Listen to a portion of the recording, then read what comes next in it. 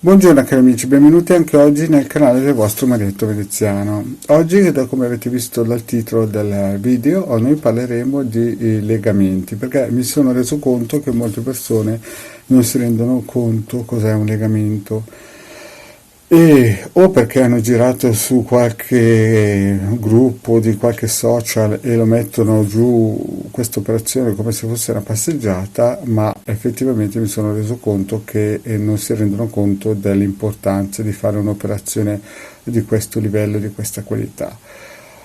Che cosa si può iniziare per dire? Prima di tutto il legamento non è qualcosa di coercitivo e non è qualcosa che si fa a cuor leggero. Di solito quando si fa?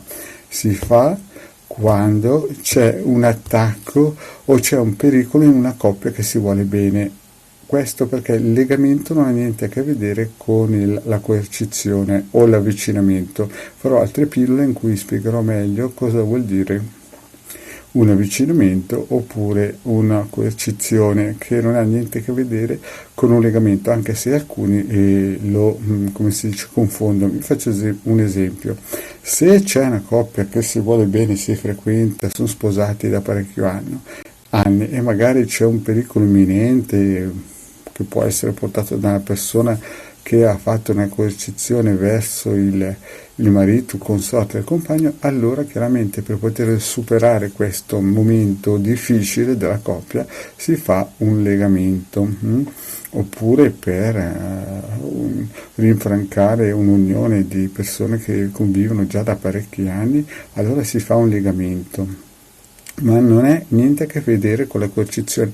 Alcune persone li confondono, perché la coercizione si fa quando una persona non corrisponde e allora bisogna lavorare a livello astrale per cercare di manipolare a livello astrale la mente di quella persona, no? E sono cose che sono diverse. Nelle mie pillole ho fatto delle pillole di radionica per avvicinamenti, ma parto sempre dal presupposto che le persone sappiano che l'avvicinamento o come si suol dire, il legamento è una cosa fatta fra persone che si vogliono bene, compagni di vita, fidanzati, marito e moglie e via dicendo. Invece quando si fa qualcosa per il quale l'altro non è corrisposto, allora bisogna usare le coercizioni, tipo le d'agide di Salamone. Ma questa sarà per un'altra pillola, questa spiegazione. Quindi, cari miei, non confondete queste cose, perché purtroppo non si può fare legamenti con persone che non corrispondono ai vostri sentimenti. Quindi attenzione a chi vi promette mari e monti, perché sono cose totalmente differenti.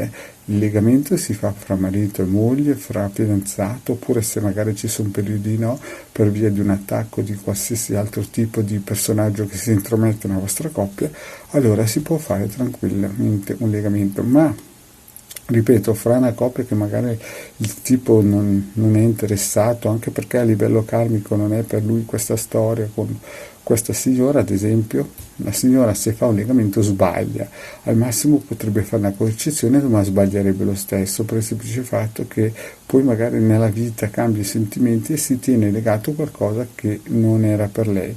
Quindi attenzione a non confondere i legamenti, perché vedo che nei gruppi dei social vengono venduti come noccioline a persone che in realtà prima di tutto non avrebbero bisogno, e poi non è l'attrezzo eterico corretto che dovrebbe usare la persona. Quindi attenzione a non farvi appintonare anche da questi falsi maghi o esoteristi della domenica. Poi un'altra cosa, ho visto che un personaggio mi ha fatto una domanda sul tubo, no? Mi ha fatto una domanda, ma io l'ho praticamente bloccato per il semplice fatto che mi ha chiesto perché costano riti in cui, ma costano di più riti in cui una persona, un operatore esoterico deve salire più in alto. Semplicemente perché molti operatori esoterici non riescono a salire in alto a livello dei piani astrali, e quindi chiaramente meno ce n'è, è il domanda offerta, il mago più bravo costa di più. Chiaramente non è che tutti pensano di salire al quinto piano, al terzo o al primo, cioè al primo di sicuro, al secondo così, ma dal secondo in avanti bisogna proprio essere anche a livello fisico, spirituale delle persone di primo piano nel ramo. Quindi è inutile pensare di elevarsi a essere il top quando si è delle macchiette che girano sui social a promettere mari e monti quando non si è all'altezza. Bene cari amici, anche per oggi il vostro Marietto Veneziano vi ha dato questa pillola, vi ringrazio di avermi seguito fino qui. Se non avete ancora iscritto al canale di Ildegard Marietto Veneziano vi chiedo di farlo se avete voglia e di mettere anche un bellissimo like e di venirci a trovare anche nei gruppi Facebook e di Telegram. Grazie cari amici, alla prossima, ciao!